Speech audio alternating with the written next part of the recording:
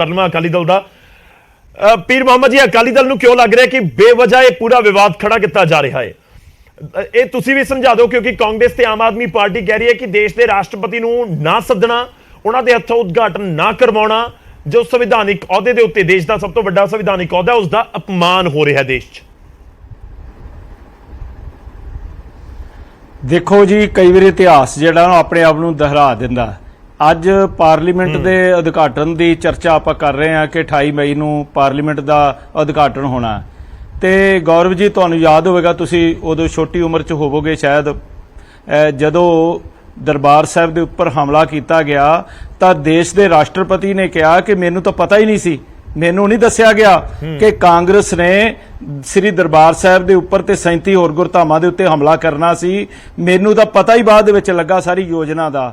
ਜਿਹੜਾ ਦੇਸ਼ ਦਾ ਰਾਸ਼ਟਰਪਤੀ ਇਹ ਗੱਲ ਕਹਿ ਰਿਹਾ ਹੈ ਤੇ ਅੱਜ ਕਾਂਗਰਸ ਇੱਕ ਉਦਾਹਰਨ ਦੇ ਰਹੀ ਹੈ ਕਿ ਦੇਖੋ ਜੀ, ਜਿਹੜੇ ਰਾਸ਼ਟਰਪਤੀ ਨੇ, ਆਦਿਵਾਸੀ ਨੇ, ਉਹਨਾਂ ਨੂੰ ਉਦਘਾਟਨ ਕਰਨ ਦਾ ਮੌਕਾ ਨਹੀਂ ਦਿੱਤਾ ਜਾ ਰਿਹਾ। ਮੈਂ ਕਾਂਗਰਸ ਨੂੰ ਤੇ ਉਹਨਾਂ ਦੀਆਂ ਸਮਰਥਕ ਪਾਰਟੀਆਂ ਨੂੰ ਪੁੱਛਣਾ ਚਾਹਣਾ ਕਿ ਤੁਸੀਂ ਇਹ ਦੱਸੋ ਕਿ ਰਾਸ਼ਟਰਪਤੀ ਦੀ ਜਦੋਂ ਚੋਣ ਹੋ ਰਹੀ ਸੀ, ਜਦੋਂ ਤੁਹਾਨੂੰ ਇੰਨਾ ਹੀ ਇਸ ਗੱਲ ਦਾ ਹੈਗਾ ਹੇਜ ਕਿ ਆਦੀਵਾਸੀ ਜਿਹੜੀ ਮਹਿਲਾ ਜੇ ਉਹਨੂੰ ਮੌਕਾ ਮਿਲ ਗਿਆ, ਇੱਕ ਔਰਤ ਨੂੰ ਮੌਕਾ ਮਿਲ ਗਿਆ, ਤੇ ਤੁਸੀਂ ਤਾਂ ਯੂਨਾਨੀਮੈਸੀ ਉਸ ਦੇ ਵਿੱਚ ਸ਼ਾਮਲ ਹੁੰਦੇ।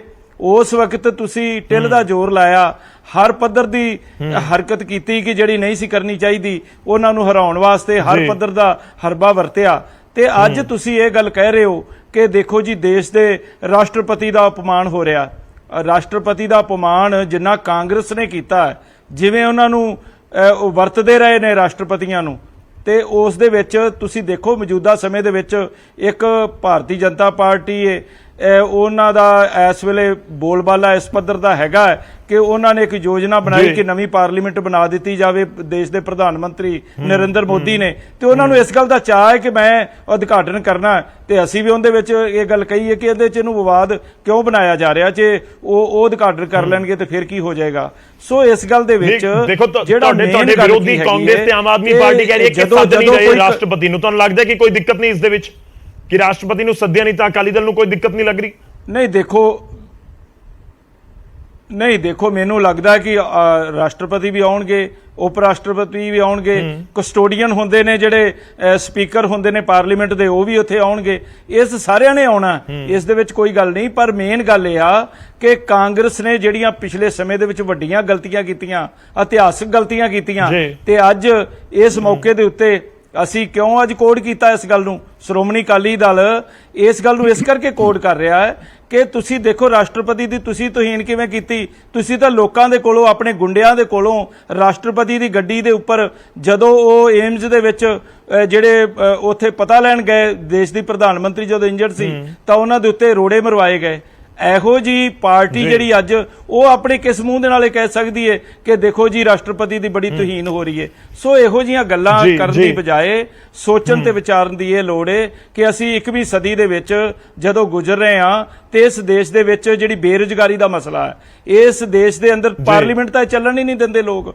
ਉੱਥੇ ਰੌਲਾ ਆਪਾਂ ਦੇਖਦੇ ਹਾਂ ਕਿਸ ਪੱਧਰ ਦਾ ਰੌਲਾ ਹੁੰਦਾ, ਚਾਹੇ ਰਾਜ ਸਭਾ ਦੇ ਵਿੱਚ ਉੱਥੇ ਜਿਹੜੇ ਚੁਣੇ ਜਾਂਦੇ ਆ ਸਾਡੇ 540 MP, ਉਹ ਉੱਥੇ ਬੜੇ ਸਿਰ ਜੋੜ ਕੇ ਬੈਠਣ, ਦੇਸ਼ ਦੀਆਂ ਜਿਹੜੀਆਂ ਮੇਨ ਸਮੱਸਿਆਵਾਂ ਨੇ।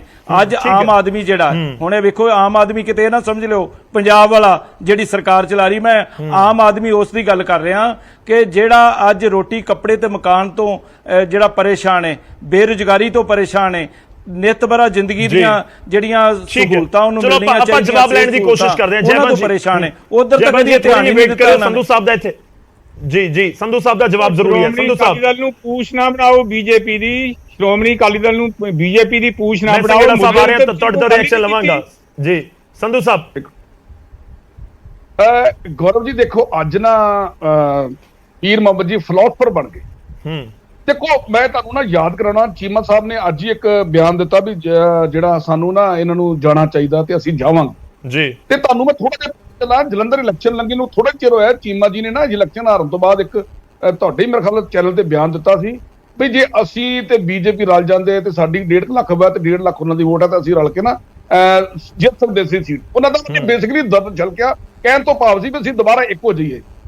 ਗੌਰਵ ਜੀ, ਅਗਲੇ ਦਿਨ ਹੀ ਹਰਦੀਪ ਪੁਰੀ ਜੀ ਜਿਹੜੇ ਅੰਮ੍ਰਿਤਸਰ ਆਏ, ਆਉਂਦਿਆਂ ਹੀ ਆਂਦੇ ਹੀ ਉਹਨਾਂ ਨੇ ਸਪਸ਼ਟ ਕੀਤਾ ਕਿ ਨਾ ਭਾਈ ਨਾ, ਅਸੀਂ ਤੁਹਾਡੇ ਨਾਲ ਕਿਸੇ ਰੂਪ ਚ ਕੋਲੈਬੋਰੇਸ਼ਨ ਨਹੀਂ ਕਰ ਦਿੰਦੇ। ਕਾਰਨ ਪਤਾ ਕੀ ਸੀਗਾ? ਕਾਰਨ ਸੀ ਅਰੁਣ ਜੇਤਲੀ ਨੇ, ਇਹਨਾਂ ਅਕਾਲੀਆਂ ਨੇ ਕਿਹਾ ਸੀ ਵੀ ਤੁਸੀਂ ਘਰ ਸੌਂ ਜਾਓ, ਅਸੀਂ ਤੁਹਾਨੂੰ ਜਿਤਾਵਾਂਗੇ, ਤੇ ਬਹੁਤ ਬੁਰੀ ਤਰ੍ਹਾਂ ਹਰਾ ਕੇ ਭੇਜਿਆ। ਅਗਲੀ ਵਾਰੀ ਨਹੀਂ, ਚਲੋ ਮੈਂ ਪੁਆਇੰਟ ਤੇ ਵਾਪਸ ਆ ਜਾਵਾਂ। ਤੁਹਾਨੂੰ ਲੱਗ ਰਿਹਾ ਹੈ ਕਿ ਅਕਾਲੀ ਦਲ ਤਾਂ ਸਮਰਥਨ ਕਰ ਰਿਹਾ ਕਿ ਉਹ ਗਠਜੋੜ ਰਾਜਨੀਤੀ 'ਚ ਕੋਈ ਕਿਸੇ ਦੀ ਗਾਰੰਟੀ ਨਹੀਂ ਦੇ ਸਕਦਾ ਕਿ ਕੌਣ ਜਿੱਤੇਗਾ ਕੌਣ ਹਾਰੇਗਾ, ਇਹ ਵੋਟਰਾਂ ਨੇ ਫੈਸਲਾ ਕਰਨਾ ਹੁੰਦਾ। ਸੰਧੂ ਸਾਹਿਬ ਇਸ ਤਰ੍ਹਾਂ ਦੇ ਕਦੀ ਜਿਹੜੇ ਹੈ ਨਾ, ਸੰਧੂ ਸਾਹਿਬ ਮੈਂ ਪੁਆਇੰਟ ਦੇ ਉੱਤੇ ਆ ਜਾ, ਜੈਬਲ ਜੀ ਤੋਂ ਰਿਐਕਸ਼ਨ ਲੈਣਾ, ਮੈਂ ਉਸ ਤੋਂ ਬਾਅਦ ਨਾ ਜਵਾਬ ਲਵਾਂਗਾ। ਸੰਧੂ ਸਾਹਿਬ ਦੇਖੋ, ਉਹ ਕਹਿ ਰਹੇ ਨੇ ਕਿ ਕਾਂਗਰਸ ਉਹ ਪਾਰਟੀ ਸਵਾਲ ਚੁੱਕਦੀ ਹੈ ਜਿਨ੍ਹਾਂ ਨੇ ਰਾਸ਼ਟਰਪਤੀ ਨੂੰ ਦੱਸੇ ਬਿਨਾ ਆਪਰੇਸ਼ਨ ਬਲੂ ਸਟਾਰ ਕਰ ਦਿੱਤਾ। ਅਕਾਲੀ ਦਲ ਇਹ ਇਲਜ਼ਾਮ ਲਗਾ ਰਿਹਾ। ਸੌਰੀ, ਤੁਸੀਂ ਮੇਰੀ ਗੱਲ ਨੂੰ ਕੰਟੀਨਿਊ ਹੋਣ ਨਹੀਂ ਦਿੱਤਾ। ਫਿਰ ਜਦੋਂ ਕੰਟੀਨਿਊ ਹੁੰਦੀ ਉਹਦੀ ਰੰਗਤ ਟੁੱਟ ਜਾਂਦੀ ਹੈ। ਮੈਂ ਤੁਹਾਨੂੰ ਇਹ ਦੱਸਣਾ ਚਾਹਨਾ, ਹਰਦੀਪ ਪੁਰੀ ਜੀ ਨੂੰ ਇਹਨਾਂ ਨੇ ਹਰਾ ਕੇ ਅਕਾਲੀਆਂ ਨੇ ਭੇਜਿਆ। ਇਹ ਜ਼ਿੰਦਗੀ 'ਚ ਕਦੀ ਇਕੱਠੇ ਨਹੀਂ ਹੋ ਸਕਦੇ। ਇਹ ਜਿੰਨੇ ਮਰਜ਼ੀ ਦਾ ਪੇਜ ਕਰ ਲੈਣ, ਜਿੰਨੇ ਮਰਜ਼ੀ ਉੱਥੇ ਜਾ ਕੇ ਬੀਜੇਪੀ ਦੇ ਅੱਗੇ ਪਿੱਛੇ ਫਿਰ ਲੈਣ, ਉਹਨਾਂ ਨੇ ਤੁਹਾਨੂੰ ਫਿਕਰ ਨਹੀਂ ਹੋਣਾ ਚਾਹੀਦਾ। ਇਸ ਗੱਲ ਦਾ ਤੁਹਾਨੂੰ ਫਿਕਰ ਨਹੀਂ ਹੋਣਾ ਚਾਹੀਦਾ। ਤੁਸੀਂ ਜਿਨ੍ਹਾਂ ਨਾਲ ਗੱਠਜੋੜ ਕਰਨਾ ਚਾਹੁੰਦੇ ਹੋ, ਉਹ ਪੰਜਾਬ ਦੇ ਵਿੱਚ ਉਹਨਾਂ ਦੇ ਨਾਲ ਕਿਵੇਂ ਤੁਸੀਂ ਬੈਠਦੇ ਹੋ ਤੇ ਕਿਵੇਂ ਤੁਹਾਡਾ ਰੋਜ਼ ਦਾ ਡਰਾਮੇਬਾਜ਼ੀ ਹੈ। ਆਮ ਆਦਮੀ ਪਾਰਟੀ ਤੇ ਕਾਂਗਰਸ ਇੱਥੇ ਇੱਕ ਦੂਜੇ ਨਾਲ ਇਕੱਠੇ ਨਜ਼ਰ ਆ ਰਹੇ ਨੇ। ਮੇਰੀ ਗੱਲ ਤੇ ਤੁਹਾਨੂੰ ਜਾਓ, ਤੁਸੀਂ ਬੀਜੇਪੀ ਦੇ ਕੋਲ ਜਾਓ, ਤੁਹਾਨੂੰ ਫਿਰ ਕੁਝ ਨਹੀਂ ਲੱਭਣਾ। ਤੁਹਾਨੂੰ ਜਿਹੜੀ ਅਕਾਲੀ ਦਲ ਪੰਜਾਬ ਆ, ਉਹਨੂੰ ਬੀਜੇਪੀ ਦਾ ਤੁਹਾਨੂੰ ਦੇਖੋ, ਸਾਨੂੰ ਕਿਸੇ ਕੋਲ ਜਾਣ ਦੀ ਲੋੜ ਨਹੀਂ, ਸਾਡੇ ਕੋਲ ਹੀ ਆਉਵੇਗਾ ਹਰ ਕੋਈ। ਚਲੋ ਆਪਾਂ ਗੱਠਜੋੜ ਵਾਲੇ ਕੋਲ ਨਹੀਂ ਜਾਂਦੇ। ਸ਼੍ਰੋਮਣੀ ਅਕਾਲੀ ਦਲ ਇੱਕ ਐਸੀ ਜਮਾਤ ਹੈ, ਉਹ ਇਕੱਲੀ ਰਾਜ ਸੱਤਾ ਵਾਸਤੇ ਨਹੀਂ ਬਣੀ। ਗੱਲ ਕਹਿ ਰਹੇ ਕਿ ਅਸੀਂ ਆਪਣੇ ਪੰਜਾਬ ਦੇ ਖਿੱਤੇ ਦੇ ਵਿੱਚ ਜਿਹੜੇ ਸਾਡੀਆਂ ਮੰਗਾਂ ਨੇ, ਉਹਨਾਂ ਵੱਲ ਅਸੀਂ ਜਾਣਨਾ ਚਾਹੁੰਦੇ ਨੇ। ਆਪਣਾ ਧਿਆਨ ਜਿਹੜਾ ਕੇਂਦਰਿਤ ਕਰਦੇ ਰਹਿੰਦੇ ਆ, ਉਹ ਬੀਜੇਪੀ ਨੂੰ ਵੀ ਧਿਆਨ ਦੇਣਾ ਚਾਹੀਦਾ। ਤਾਂ ਗੱਲ ਨਹੀਂ ਪਹੁੰਚ ਪਾਉਂਦੀ। ਨਹੀਂ ਦੇਖੋ, ਇਹ ਵੀ ਇਸ ਸਮੇਂ ਸਵਾਲ ਤਾਂ ਪੀਰ ਮੁਹੰਮਦ ਜੀ ਇਹ ਵੀ ਹੋ ਰਹੇ ਨੇ। ਸਵਾਲ ਇਹ ਵੀ ਹੋ ਰਿਹਾ ਕਿ ਜਿਹੜੀਆਂ 19 ਪਾਰਟੀਆਂ ਇਕੱਠੀਆਂ ਹੋ ਕੇ ਬਾਈਕਾਟ ਕਰ ਰਹੀਆਂ ਨੇ, ਕੀ 19 ਦੀਆਂ 19 ਪਾਰਟੀਆਂ 2024 ਦੇ ਵਿੱਚ ਇਕੱਠੀਆਂ ਹੋ ਕੇ ਬੀਜੇਪੀ ਦੇ ਖਿਲਾਫ ਇਲੈਕਸ਼ਨ ਚਾਉਣਗੀਆਂ? ਤਾਂ ਇਸ ਦਾ ਵਾਈਸ ਵਰਸਾ ਦੂਜੇ ਪਾਸੇ ਵੀ ਪਹੁੰਚਦਾ ਹੈ ਕਿ ਜਿਹੜੇ ਵੱਲੋਂ ਸਮਰਥਨ ਕੀਤਾ ਜਾ ਰਿਹਾ ਹੈ ਬੀਜੇਪੀ ਦਾ ਜਾਂ ਉਦਘਾਟਨ ਸਮਾਗਮ 'ਚ ਸ਼ਾਮਲ ਹੋ ਰਹੇ ਨੇ ਕਿ ਗੌਰਵ ਜੀ ਇਕੱਠੇ ਹੋਣਗੇ। ਇਹਨਾਂ ਨੇ ਦਿੱਲੀ ਦੇ ਵਿੱਚ ਜਦੋਂ 2014 ਦੇ ਵਿੱਚ ਗੌਰਵ ਜੀ ਜਦੋਂ 2014 ਦੇ ਵਿੱਚ 28 ਮੈਂਬਰ ਬਣੇ ਸੀ, ਵਿਧਾਇਕ ਬਣੇ ਸੀ ਅਰਵਿੰਦ ਕੇਜਰੀਵਾਲ ਦੀ ਅਗਵਾਈ ਦੇ ਵਿੱਚ, ਤੇ ਉਦੋਂ ਇਹਨਾਂ ਨੇ ਸਮਰਥਨ ਦੇ ਕੇ ਦੇਖਿਆ, ਫਿਰ ਕੁਝ ਸਮੇਂ ਬਾਅਦ ਹੀ ਉਹਨਾਂ ਦਾ ਸਮਰਥਨ ਵਾਪਸ ਲੈ ਲਿਆ, ਸਰਕਾਰ ਜਿਹੜੀ ਹੈ ਉਹ ਟੁੱਟ ਗਈ। ਇਹੋ ਜਿਹੀਆਂ ਗੱਲਾਂ ਜਿਹੜੀਆਂ ਨੇ ਕਾਂਗਰਸ ਨੇ ਜਿਹੜੀ ਪਿਰਤ ਪਾਈ ਹੈ, ਉਹ ਪਿਰਤ ਜਿਹੜੀ ਹੈ ਉਹਨੂੰ ਕਈ ਵਾਰੀ ਦੁਹਰਾਇਆ ਜਾਂਦਾ ਸਮੇਂ ਦੀਆਂ ਸਰਕਾਰਾਂ ਨੇ। ਮੈਂ ਉਹੀ ਕਹਿ ਰਿਹਾ ਕਿ ਆਪਾਂ ਤਾਂ ਪੂਰਾ ਭਟਕ ਕੇ ਹੋਰ ਪਾਸੇ ਚਲੇ ਜਾਵਾਂਗੇ। ਆਪਾਂ ਡਿਬੇਟ ਦੇ ਉੱਤੇ ਰਹੀਏ। ਪਾਰਲੀਮੈਂਟ ਭਵਨ ਦਾ ਉਦਘਾਟਨ ਸਮਾਗਮ ਤੁਸੀਂ ਸ਼ਾਮਲ ਹੋ ਰਹੇ ਹੋ, ਅਕਾਲੀ ਦਲ ਵਾਲੇ ਤੇ ਬੀਜੇਪੀ ਦੋਵੇਂ ਸ਼ਾਮਲ। ਥੋੜੇ ਮੈਂ ਉਹੀ ਕਹਿ ਰਿਹਾ, ਥੋੜਾ ਵੇਟ ਕਰੋ। ਕਾਂਗਰਸ ਤੇ ਆਮ ਆਦਮੀ ਪਾਰਟੀ ਸ਼ਾਮਲ ਨਹੀਂ ਹੋ ਰਹੀ। ਮੈਂ ਇਸ ਕਰਕੇ ਕਹਿ ਰਿਹਾ ਵਾਪਸ ਆਪਾਂ ਲਾਈਨ ਦੇ ਉੱਤੇ ਆ ਜਾਈਏ। ਜੈਬਾਨ ਜੀ ਜਵਾਬ ਦੇ ਦਿਓ, ਬਹੁਤ ਸਾਰੇ ਸਵਾਲ ਇਕੱਠੇ ਹੋਏ ਨੇ ਸਰ, ਥੋੜਾ ਛੋਟਾ ਜਵਾਬ ਰੱਖਿਓ। ਜੈਬਾਨ ਜੀ ਨਹੀਂ, ਜਵਾਬ ਤੇ ਮੈਂ ਛੋਟਾ ਹੀ ਰੱਖਣਾ ਹਮੇਸ਼ਾ, ਪਰ ਹੁਣ ਵੈਸੇ ਡਿਬੇਟ ਦਾ ਕੋਈ ਹੁਣ ਉਹ ਮੁੱਦਾ ਨਹੀਂ ਰਹਿ ਗਿਆ, ਕਿਉਂਕਿ ਸਾਰੀਆਂ ਗੱਲਾਂ ਐਕਸਪੋਜ਼ ਹੋ ਗਈਆਂ ਨੇ। ਪੀਰ ਮੁਹੰਮਦ ਜੀ ਨੇ ਬੜੀਆਂ ਸਿਆਣੀਆਂ ਗੱਲਾਂ ਕੀਤੀਆਂ ਨੇ। ਤੁਸੀਂ ਮੈਨੂੰ ਦੱਸੋ ਗੌਰਵ ਜੀ, ਐਡੀ ਮੁਸ਼ੱਕਤ ਘਾਲ ਕੇ ਜਿਹੜੇ ਅਸੀਂ 2 ਪ੍ਰੈਜ਼ੀਡੈਂਟਸ ਬਣਾਏ ਨੇ, ਇੱਕ ਓਬੀਸੀ ਦਾ ਇੱਕ ਟ੍ਰਾਈਬਲ ਏਰੀਆ ਦਾ, ਕਿੱਡੀ ਮੁਸ਼ੱਕਤ ਘਾਲ ਕੇ ਅਸੀਂ ਉਹਨਾਂ ਨੂੰ ਪ੍ਰੈਜ਼ੀਡੈਂਟਸ ਬਣਵਾਇਆ। ਸੌਰੀ, ਪ੍ਰਾਈਮ ਮਿਨਿਸਟਰ ਨੇ ਪ੍ਰੈਜ਼ੀਡੈਂਟਸ ਬਣਵਾਇਆ। ਤੇ ਅਗਰ ਸਾਡੇ ਦਿਲ ਦੇ ਵਿੱਚ ਟ੍ਰਾਈਬਲਸ ਦੀ, ਲੇਡੀਜ਼ ਦੀ ਤੇ ਦ੍ਰੋਪਦੀ ਮੁਰਮੂ ਜੀ ਵਿਅਕਤੀਗਤ ਤੌਰ ਦੇ ਉੱਤੇ ਸਾਡੇ ਪ੍ਰੈਜ਼ੀਡੈਂਟ ਦੀ ਇੱਜ਼ਤ ਨਾ ਹੁੰਦੀ, ਤੇ ਅਸੀਂ ਐਡਾ ਕਿਉਂ ਕੰਮ ਕਰਦੇ ਉਹਨਾਂ ਨੂੰ ਬਣਾਉਣ ਵਾਸਤੇ? ਉਹਦੇ ਬਾਅਦ ਹੁਣ ਤੱਕ ਕੋਈ ਇੱਕ ਐਸਾ ਇੰਸੀਡੈਂਟ ਦੱਸ ਦਿਓ ਪ੍ਰਾਈਮ ਮਿਨਿਸਟਰ ਮੋਦੀ ਦੇ ਪੂਰੇ 9 ਸਾਲ ਦੇ ਵਿੱਚ, ਜਦੋਂ ਕਿ ਇਹ ਕਿਹਾ ਹੋਏ ਕਿ ਪ੍ਰਾਈਮ ਮਿਨਿਸਟਰ ਨੇ ਪ੍ਰੈਜ਼ੀਡੈਂਟ ਦੀ ਤੋਹੀਨ ਕੀਤੀ ਜਾਂ ਵਾਈਸ ਪ੍ਰੈਜ਼ੀਡੈਂਟ ਦੀ ਤੋਹੀਨ ਕੀਤੀ ਜਾਂ ਕੋਈ ਐਸੀ ਗੱਲ ਕਹਿਤੀ ਜੋ ਕਿ ਮੁਨਾਸਿਬ ਨਹੀਂ ਹੈ, ਜੋ ਕਿ ਬਾਰ-ਬਾਰ ਕਾਂਗਰਸ ਦੇ ਟਾਈਮ ਦੇ ਉੱਤੇ ਤੇ ਕਹੀ ਜਾਂਦੀ ਸੀ। ਸਭ ਤੋਂ ਵੱਡੀ ਗੱਲ ਤੇ ਗਿਆਨੀ ਜ਼ੈਲ ਸਿੰਘ ਦੀ ਪੀਰ ਮੁਹੰਮਦ ਜੀ ਨੇ ਦੱਸ ਦਿੱਤੀ ਹੈ। ਹੁਣ ਜਦੋਂ ਪ੍ਰਿੰਸੀਪਲਸ ਦੀ ਗੱਲ ਆਉਂਦੀ ਹੈ, ਤੁਸੀਂ ਮੈਨੂੰ ਇਹ ਦੱਸੋ, ਇਹ ਤੇ ਹੋ ਗਈ ਸਾਡੀ ਰਿਲੇਸ਼ਨਸ਼ਿਪ ਸਾਡੇ ਪ੍ਰੈਜ਼ੀਡੈਂਟ ਦੇ ਨਾਲ, ਜਿਹਦੇ ਉੱਤੇ ਬੜੀਆਂ ਵੱਡੀਆਂ ਗੱਲਾਂ ਬੋਲਦੇ ਨੇ। ਤੁਸੀਂ ਮੈਨੂੰ ਦੱਸੋ, ਸਾਡੇ ਜਿਹੜੇ ਚੀਫ ਮਿਨਿਸਟਰ ਨੇ ਉਹਨਾਂ ਦੀ ਇੱਥੇ ਕੀ ਸਟੇਚਰ ਹੈਗਾ? ਇੱਕ ਛੋਟੇ ਜਿਹੇ ਮਿਊਨਿਸਪਲ ਕਾਰਪੋਰੇਸ਼ਨ ਵਾਲਾ ਚੀਫ ਮਿਨਿਸਟਰ ਆ ਕੇ ਉਹਨਾਂ ਦੇ ਉੱਤੇ ਭਾਰੀ ਹੋ ਜਾਂਦਾ ਹੈ, ਉਹਦੇ ਪਿੱਛੇ ਤੁਰਦੇ ਨੇ, ਉਹ ਅੱਗੇ ਤੁਰਦਾ ਹੈ। ਮੈਂ ਪਹਿਲੇ ਵੀ ਇੱਕ ਡਿਬੇਟ ਦੇ ਵਿੱਚ ਕਿਹਾ ਸੀਗਾ ਕਿ ਅਰਵਿੰਦ ਕੇਜਰੀਵਾਲ ਨੂੰ ਜਾਂ ਤੇ ਉੱਥੇ ਦਾ ਚੀਫ ਮਿਨਿਸਟਰ ਛੱਡ ਦੇ ਤੇ ਕਨਵੀਨਰ ਬਣ ਜਾਏ, ਤੇ ਉਹਦਾ ਸਟੇਚਰ ਜਿਹੜਾ, ਉਹਨਾਂ ਦਾ ਸਟੇਚਰ ਜਿਹੜਾ ਉਹ ਥੋੜਾ ਭਗਵੰਤ ਮਾਨ ਜੀ ਦੇ ਉੱਤੇ ਹੋ ਜਾਏਗਾ। ਇਸ ਵੇਲੇ ਜਿਹੜੀ ਇਹ ਬੇਇੱਜ਼ਤੀ ਕਰ ਰਹੇ ਨੇ ਸਾਡੇ ਚੀਫ ਮਿਨਿਸਟਰ ਦੀ, ਇੱਕ ਛੋਟੀ ਸਟੇਟ ਦਾ ਚੀਫ ਮਿਨਿਸਟਰ ਜੋ ਕਿ ਇੱਕ ਸਾਡੇ ਚੀਫ ਸੈਕਟਰੀ ਦੇ ਅਹੁਦੇ ਦੇ ਨਾਲ ਦਾ ਹੈਗਾ, ਉਹ ਆ ਕੇ ਸਾਡੇ ਚੀਫ ਮਿਨਿਸਟਰ ਦੇ ਭਾਰੀ ਹੋ ਜਾਂਦਾ ਹੈ। ਐਸੀਆਂ ਜਿਹੜੀਆਂ ਪਾਰਟੀਆਂ ਨੇ ਜਿਨ੍ਹਾਂ ਜਿਹੜੀ ਪ੍ਰਿੰਸੀਪਲਸ ਨੂੰ ਹੀ ਨਹੀਂ ਬਿਲੀਵ ਕਰਦੀਆਂ, ਉਹਨਾਂ ਵਾਸਤੇ ਐਸੀਆਂ ਗੱਲਾਂ ਕਰਨ ਦਾ ਕੋਈ ਮਤਲਬ ਨਹੀਂ ਹੈ। ਇਹ ਆਊਟ ਐਂਡ ਆਊਟ ਪੋਲਿਟਿਕਸ ਹੈਗਾ। ਇਹਨਾਂ ਦੇ ਕੋਲ ਕੋਈ ਮੁੱਦਾ ਹੀ ਹੈ ਨਹੀਂ, ਮੁੱਦਾ ਤੇ ਖਤਮ ਹੋ ਚੁੱਕਾ। ਪੀਰ ਮੁਹੰਮਦ ਜੀ ਨੇ ਤੇ ਅਸੀਂ ਖਤਮ ਕਰ ਦਿੱਤਾ। ਸਾਡੀ ਬਹੁਤ ਜ਼ਿਆਦਾ ਰਿਸਪੈਕਟ ਹੈ ਪ੍ਰੈਜ਼ੀਡੈਂਟ ਦ੍ਰੋਪਦੀ ਮੁਰਮੂ ਜੀ ਦੇ ਵਾਸਤੇ। ਹੁਣ ਮੈਂ ਤੁਹਾਨੂੰ ਲਾਸਟ ਪੁਆਇੰਟ ਇਹਦੇ ਚ ਦੱਸ ਦਿੰਦਾ।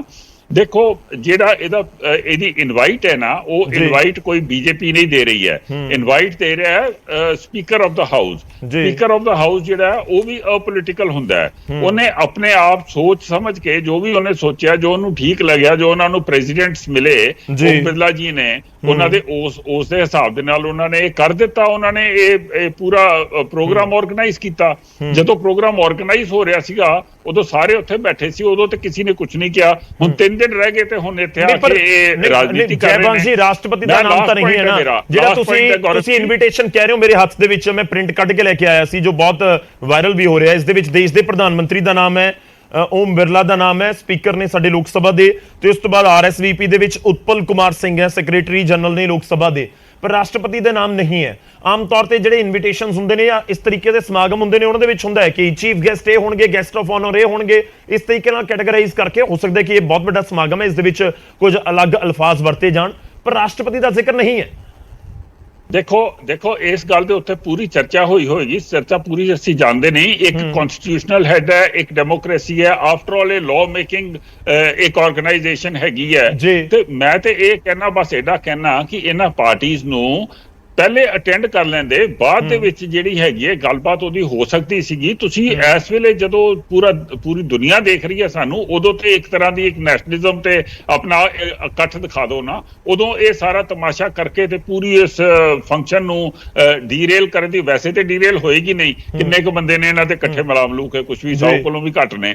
ਤੇ ਬਟ ਕਿਉਂ ਇਹ ਕੰਮ ਕਰਨੇ, ਕਿਉਂ ਨਹੀਂ ਇसी ਟਾਈਮ ਦੇ ਉੱਤੇ ਦਿਖਾਣਾ। ਜੀ ਆਪਾਂ ਜਵਾਬ ਲਈਏ ਸਰ, ਦੋਵੇਂ ਗੱਲਾਂ ਦਾ ਮੈਂ ਜਵਾਬ ਲੈਣ ਦੀ ਕੋਸ਼ਿਸ਼ ਕਰਾਂਗਾ। ਜੋ ਤੁਸੀਂ ਕੇਜਰੀਵਾਲ ਔਰ ਭਗਵੰਤ ਮਾਨ ਹੋਰਾਂ ਦੀ ਗੱਲ ਵੀ ਕੀਤੀ, ਔਰ ਦੂਜੇ ਪਾਸੇ ਕਿ ਤੁਸੀਂ ਫਰਾਖਦਿਲੀ ਦਿਖਾਉਣੀ ਸੀ ਕਿ ਜੇ ਇਤਰਾਜ਼ ਵੀ ਸੀ ਜਾਂ ਕੋਈ ਦਿੱਕਤ ਸੀ ਤਾਂ ਫਿਰ ਉਸ ਤਰੀਕੇ ਨਾਲ ਆਪਣਾ ਵਿਰੋਧ ਦਰਜ ਕਰਵਾ ਕੇ ਉੱਥੇ ਸ਼ਾਮਲ ਤਾਂ ਜ਼ਰੂਰ ਹੁੰਦੇ। ਹੁਣ ਤਾਂ ਤੁਹਾਡੇ ਨਵੇਂ ਪਾਰਲੀਮੈਂਟ ਦੇ ਮੈਂਬਰ ਵੀ ਬਣੇ ਨੇ ਜਲੰਧਰ ਤੋਂ। ਜੈਬੰਸ ਸਿੰਘ ਹੁਣਾਂ ਨੂੰ ਇੰਨਾ ਟਾਈਮ ਨਾ ਦਿਓ, ਉਹਨਾਂ ਨੂੰ ਕੋਈ ਗੱਲ ਹੀ ਨਹੀਂ ਆ ਰਹੀ। ਉਹ ਗੱਲ ਕੇਜਰੀਵਾਲ ਸਾਹਿਬ ਤੇ ਲੈ ਗਿਆ, ਭਗਵੰਤ ਮਾਨ ਸਾਹਿਬ ਤੇ ਲੈ ਗਏ। ਅਸਲ 'ਚ ਬੀਜੇਪੀ ਨੂੰ ਬਹੁਤ ਵੱਡਾ ਥ੍ਰੈਟ ਹੈ ਅਰਵਿੰਦ ਕੇਜਰੀਵਾਲ ਸਾਹਿਬ ਤੇ ਭਗਵੰਤ ਮਾਨ ਸਾਹਿਬ ਦੀ ਜੋੜੀ। ਦੋਵੇਂ ਮੁੱਖ ਮੰਤਰੀਆਂ ਤੋਂ ਇਹ ਰਾਤ ਨੂੰ ਸੁਪਨੇ ਲੈ ਉੱਠਦੇ ਆ, ਤਾਂ ਇਸ ਤਰ੍ਹਾਂ ਦੀਆਂ ਗੱਲਾਂ ਜਿਹੜੀਆਂ ਬੇਸਲੈਸ ਗੱਲਾਂ ਛੱਡ ਰਹੇ ਆ। ਅੱਜ ਭਗਵੰਤ ਮਾਨ ਸਾਹਿਬ ਨੇ ਜੈਬੰਸ ਜੀ ਵਿੱਚ ਨਾ ਬੋਲੋ, ਜੈਬੰਸ ਜੀ ਵਿੱਚ ਨਾ ਬੋਲੋ। ਮੈਂ ਮੇਰੀ ਸੁਣ ਲਓ, ਅਸੀਂ ਤੁਹਾਡੇ ਵਾਸਤੇ ਸ਼ੁਭਕਾਮਨਾਵਾਂ ਦਿੰਦੇ ਆ ਤੁਹਾਨੂੰ। ਤੁਸੀਂ ਵੱਡੀ ਪਾਰਟੀ ਦੀ ਮਰਿਆਦਾ ਬਾਰੇ ਨਹੀਂ ਬੋਲ ਸਕੇ। ਪ੍ਰਿੰਸੀਪਲਸ ਦੇ ਨਾਲ ਤੁਹਾਨੂੰ ਐਦਾਂ ਨਾ ਦੱਸਿਆ ਕਿ ਅਹੁਦਾ ਇਹ ਕਿੱਥੇਗਾ, ਜਾਂ ਤੁਸੀਂ ਮੈਨੂੰ ਦੱਸੋ ਰਾਸ਼ਟਰਪਤੀ ਦਾ ਅਹੁਦਾ ਕਿੱਥੇ ਹੈ। ਤੁਸੀਂ ਮੈਨੂੰ ਗੱਲ ਕਰਨ ਦਿਓ, ਵਿੱਚ ਨਾ ਬੋਲੋ ਪਲੀਜ਼। ਅਰਵਿੰਦ ਕੇਜਰੀਵਾਲ ਸਾਹਿਬ ਸਾਡੇ ਰਾਸ਼ਟਰੀ ਕਨਵੀਨਰ ਨੇ, ਬਹੁਤ ਸਤਿਕਾਰਤ ਯੋਗ ਵਿਅਕਤੀ ਨੇ ਇੰਡੀਆ ਦੇ ਇਸ ਵੇਲੇ, ਜਿਨ੍ਹਾਂ ਤੋਂ ਭਾਰਤੀ ਜਨਤਾ ਪਾਰਟੀ ਥਰ ਕੰਬਦੀ ਹੈ। ਆਮ ਆਦਮੀ ਪਾਰਟੀ ਤੋਂ ਭਾਰਤੀ ਜਨਤਾ ਥਰ ਕੰਬਦੀ ਹੈ, ਜਿਹੜੀ ਸਭ ਤੋਂ ਛੋਟੀ ਪਾਰਟੀ ਹੈ ਦੁਨੀਆ ਦੀ ਔਰ ਸਭ ਤੋਂ ਫਾਸਟੈਸਟ ਗਰੋਇੰਗ ਪਾਰਟੀ ਹੈ। ਭਗਵੰਤ ਮਾਨ ਸਾਹਿਬ ਦੀ ਲੋਕਪ੍ਰਿਯਤਾ ਤੋਂ ਕੰਬਦੇ ਆ। ਉਹਨਾਂ ਨੇ ਅੱਜ ਟਵੀਟ ਕਰਤਾ, ਇਹ ਉਹਨਾਂ ਦੇ ਖਿਲਾਫ ਬੋਲਣ ਲੱਗ ਗਏ।